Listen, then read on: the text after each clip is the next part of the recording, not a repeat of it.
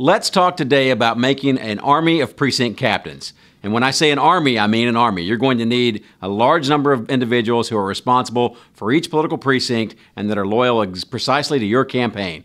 First of all, we have to ask, what is a precinct?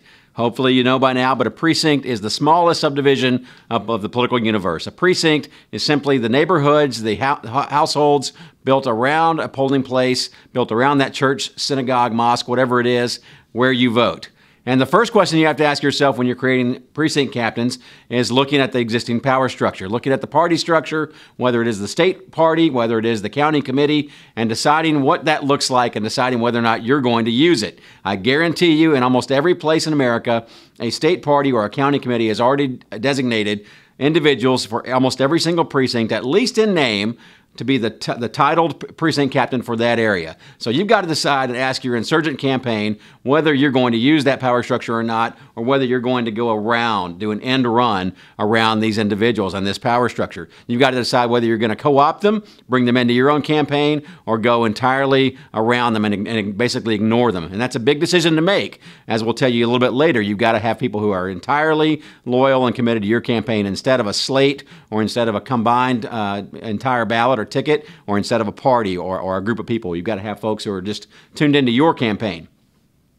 What I'm showing you now is a basic ballot, a basic precinct analysis. You're going to see the numbers that vary per precinct. Down the left column, you're going to see how this varies from precinct to precinct. And you're going to see that there are different numbers of Democrats, independents, Republicans. In some places, decline to state is a category. So you have to look very carefully and see what the vote goals are, what the turnout typically is, how many Republicans, how many Democrats, how many independents typically turn out of that precinct during an election. And this is very important because you have to go precinct by precinct and be sure to turn out the right number of individuals. Many campaigns, many elections are won or lost by a few votes, 1 to 5 votes per precinct. So think about that. If you have 42 precincts in your political district, if you have 31 precincts in your political district, if you're able to pad that and cushion that and make sure that you, through your loyal, committed precinct captains who are responsible for meeting and greeting those voters, who are responsible for turning those voters out on election day in their subdivisions, in their neighborhoods, in their homeowners associations area, if you make sure you've got that cushion of 5, 10, 15 extra votes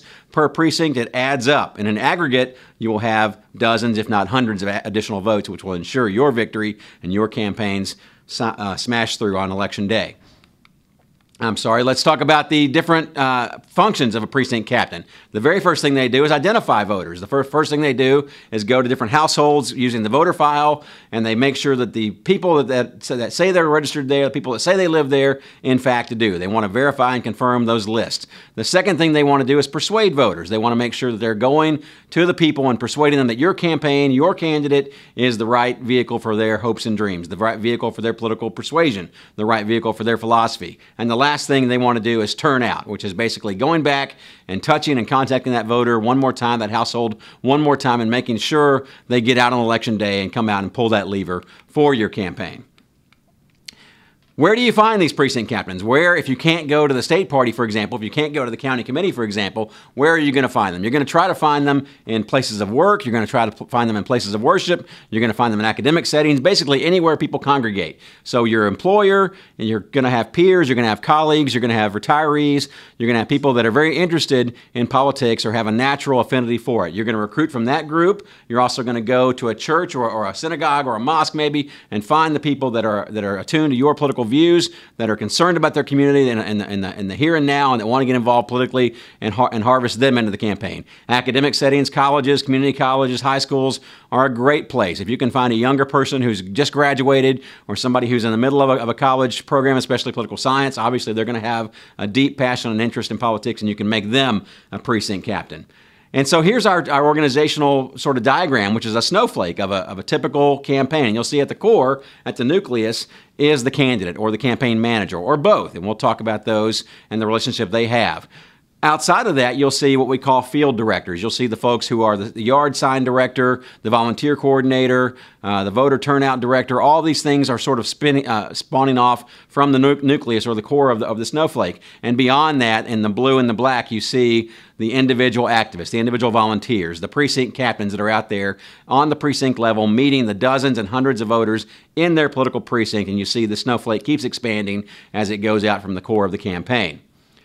The basic job, again, of a precinct captain, of a precinct person responsible for a precinct, is to identify those voters. They find them, they bump them up against the voter file, which you can obtain from the county clerk or the state board of elections. So they're going to go and scrutinize every single household in that political precinct, make sure the right number of people are in there that are registered to vote, make sure the information is current, nobody's moved, make sure that they're motivated and mobilized for that campaign on election day. And that's it. It's not rocket science. It's a basic concept of organizing a bite-sized chunk of the political electorate. A precinct is simply the smallest subdivision of the political universe. It's built around, again, that polling place, and you want to make sure you've got one person responsible for each political precinct throughout your district that you're running in.